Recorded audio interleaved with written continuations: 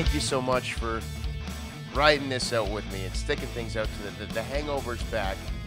And I just hope everybody kind of understands where my head was at, what I was doing for the last few weeks. I'm not a bad guy.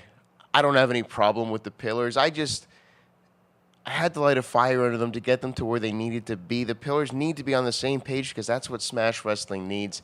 And in order for me to get that out of them, I had to become everything that I disliked. But I'm back. I'm not going anywhere. I've happily re-signed my contract with Smash Wrestling. I was never going anywhere. We got a brand new revamp of The Hangover now. We got those a great theme song now in place. Special thank you to Alexis Taylor for sharing that music with us. And I'm more than happy to get this show back on track here, get The Hangover back on track. And I couldn't think of a better way to start with a new relaunch of The Hangover than going back to where things all went wrong. My guest tonight is Anthony Kingdom James. Well, Brad, Kingdom is going to have an issue with the way James just introduced him. His name is Kingdom, Anthony Kingdom. And we might hear that right now, as Kingdom just stole the microphone from James Key. People of Kitchener, if you can be called people. Oh, come on. Sitting here now with Anthony Kingdom James. Anthony, welcome to the relaunch of The Hangover. And before we get started, I kind of feel like I owe you an apology for the last time you were on the show here. I mean, let's face it, I was a dick. Yeah. All right. I'm not going to deny that. But I was a dick with it. But I promise you, Kingdom, my heart was in the right place. I had the best intentions. It was my way of trying to get the Pillars to where they needed to be, to get them all on the same page, to get them all on the right track. And now I think they're there. But at the same time, I did want to come back and do a proper one of these with you because I think you deserve that, and I think the fans deserve that as well. It's listen, as you pointed out, rightfully so. Last time I asked to come on the show because this is what I wanted. I wanted an actual conversation with you. So I accept your apology. And let's do this thing. Very cool. Very cool. So let's get started here. Tell me the story about Kingdom James. Let's go back before Smash Wrestling. Kingdom James. Well, when did you start watching wrestling? Oh my God! I started watching wrestling in I would have been 13 or 14, maybe 14. So the mid 80s. Okay. Probably just after WrestleMania. Yeah, it would have been just after WrestleMania. And what was it about professional wrestling that kind of made you say, I want to do this? I need to be a part of this. Well, what got me into professional wrestling at all, I'd watched one or two episodes of different things as a kid, but what got me really into wrestling were a couple of friends of mine when I lived in Scarborough. Alex Pink and Wayne Bernard. Hey guys, because all these years later, I still am in touch with them a little. And they were really into wrestling, and they got me interested in it. And reading the After mags and watching whatever. We were fortunate here in Toronto because we got WWF, and we got in bits and pieces sporadically. We'd get NWA/WCW, depending on, who was carrying it for 13 weeks or 26 weeks. And we got Gino Brito's International Wrestling from Montreal. And, we could see, I think we got a little All-Star Wrestling. Yeah, CKVR. Barry had All-Star Wrestling. Al Tomko's promotion from BC, and we got Stampede on TSN and Pro Wrestling Plus, another show on TSN that showed clips from all over the States. And so we got to see a lot of different wrestling, not just the WWF. Right. And it, to me, it was the same time that I was getting into comic books, and it was a lot of good guys and bad guys. It was a lot of good versus evil, and it was action. It was superheroes come to life. So it was really, really easy to get into it. And man, I did. I just really It was like a nesty plunge, man. I just fell into it Yeah. and loved it. And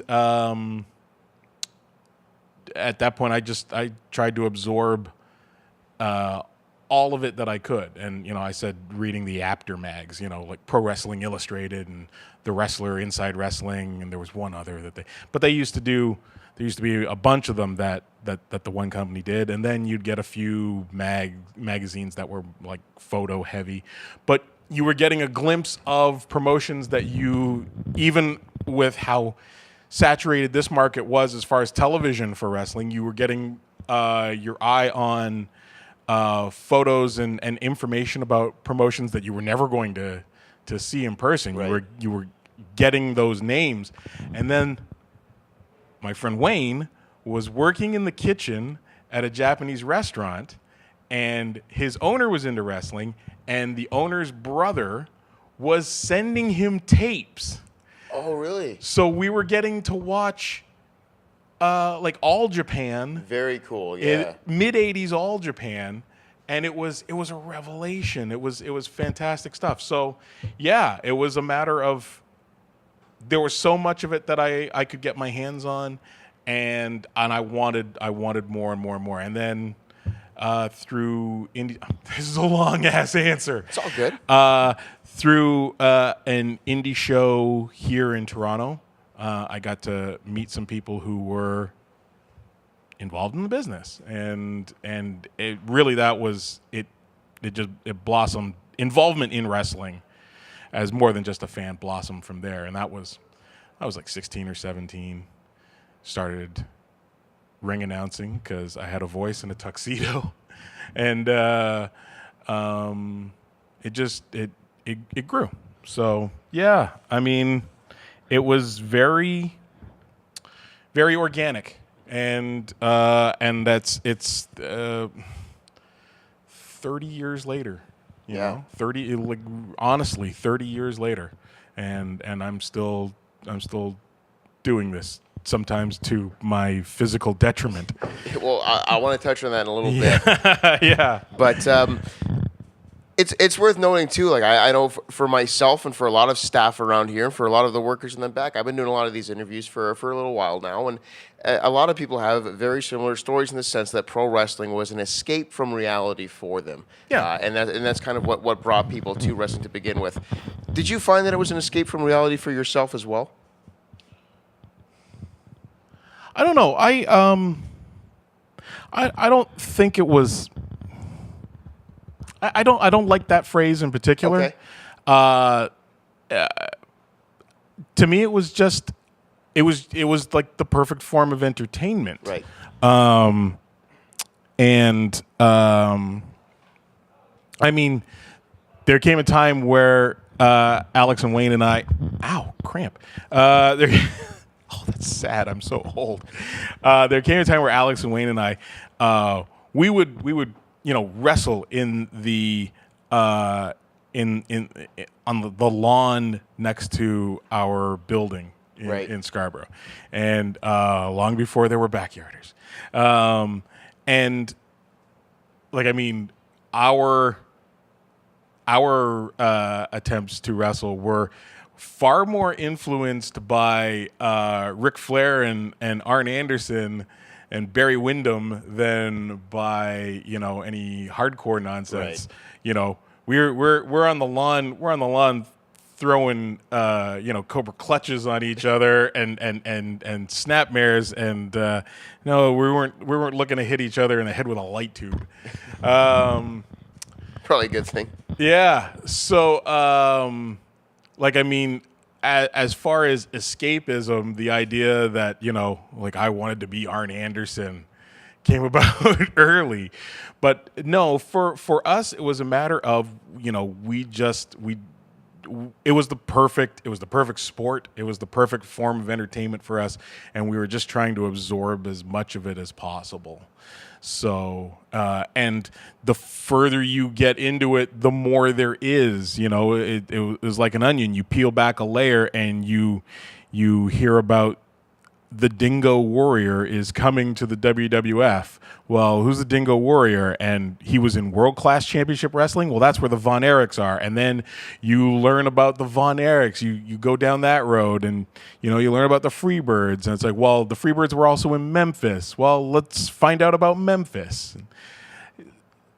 That was the beauty of the territory days. Yep. Was there was going to be another promotion with another set of stories and another set of wrestlers that you could learn about that group. And as guys moved around, if you followed them or you traced back where they came from, you'd find somewhere else and learn that set of stories. And it was, it's just fantastic, man. So then we'll I long for those days. We'll fast forward a little bit to now. You were in professional wrestling. You started, as you said, as an announcer in the ring, and you've done a little bit of everything there is to do in the business. You've done the ring announcing. You've done the commentary. The only thing I've never done is I've never reffed a match. You never ref. I've never reffed a match. I would like to ref a match. Okay, That's on my. It's literally. Anthony Kingdom James wants to ref a match. I do. It's literally on my bucket list. I'm doing a thing right now. If you go to my website, if you go to kingdomjames.com, in the menu bar, there's a spot that says 101 things, and I'm manufacturing my own midlife crisis. Okay. Yeah, I have a bucket list that I'm doing as like a video blog project. And it's called 101 Things in 1,001 Days. As we tape this is day 2. I'm not sure when you'll see this. You will see this. Trying to pronounce things properly. But you can see the list. It's 101 items on a bucket list, and I have 1,001 days to complete as many of them as I can. And one of them is referee a match, because I've never refereed a match. Well, something tells me that's a pretty easy one to check off the list for you. And yet, in 30 years, I haven't. Right? That amazes me, actually. Yeah, I've never reffed a match. I would really like to. So, but yeah, I've wrestled, I've managed, I've been a ring announcer, I've been play-by-play, I've done color commentary, I have promoted, I've put up flyers, I've put together, I've been ring crew. I've booked shows for other promotions. I've done. When you say something like I've done it all, I've done those jobs. I've not done it all. Okay. Right. Like, I mean, at this point, I'm 47. I'm not going to have my WrestleMania moment. Like, I'm not expecting, to suddenly get signed to a deal or anything. But wrestling is still so much a part of who I am, so much a part of what makes me happy, that as long as I can do it, I will. I had the chance. God, it's 12 years ago, 13 years ago now. I wrestled Dominic DeNucci. I was 34, 35 at the time. He was 72. Wow. And he got to sleep around me and put me out. But the fact is that Dominic DeNucci was twice my age and still going. Yep. And I'm sitting here at 47, and, a few weeks ago, people watching Smash on Fight got to see me fighting Tarek. Yeah. And I'm, even in a losing effort, I'm really proud of that match. That was you know what that was I did it was a little facetious when we last talked about it, but that was way beyond what I expected. Yeah, I'll too, be honest, man. and I mean that in the best way. I mean that in the best way possible. Thank you. And at a detriment to your health at the end of it. Well, no. I don't know. Are we gonna shoot about this? That's up to you. Okay. This wasn't the match with Tarek. Really? This was a week later. This was at a live event, at a Smash event in Kitchener with John Greed. That's right. Where, okay. So or a few weeks later. It was 3 weeks later. I'm doing bad math today. 3 weeks later against John Greed. So I wrestle Tarek. I pull out a moonsault that I haven't done in 13 years, and I almost land on my feet. Okay? Then 3 weeks later, I hit the top rope leg drop, which I've been doing pretty consistently for 20 years, and I mess up my hip. I jammed my SI joint and pinched a nerve. So I've been using this. I'll tell you what. Here, let's shoot. My dad made this. Really? Yeah, my dad made this. My dad has been woodworking for longer than I've been on the planet. My dad used to build log cabins. That's a pretty good craftsmanship. On the Yeah, thing. so it's supporting my weight. So I went to his place last weekend. My brother was in town. It was his birthday. He was taking vacation, and I walked into the house, and he saw I was on a cane that I borrowed from a friend of mine, and he said two things to me. He said, "You gotta stop doing that wrestling shit," and then he said, "Do you want a cane of your own?"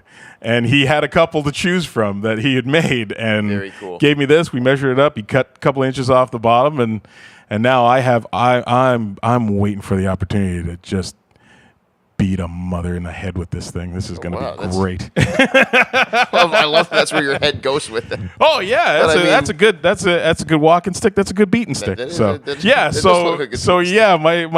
old man made that for me. That's very cool. Yeah. Well, so we talked about how you've done a lot of you've worn many hats. Yeah. In pro wrestling. Yeah.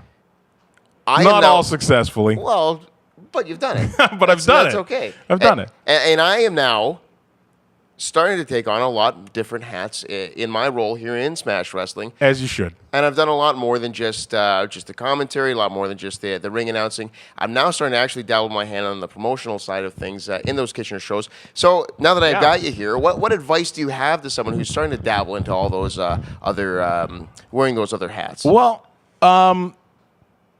you're doing a very smart thing in that you're promoting in your town. Okay, a mistake that I made early is that I was running shows. I was living in Burlington, Ontario, and running shows in Erie, Pennsylvania. Eek. What was I thinking? What an idiot! And they were great shows.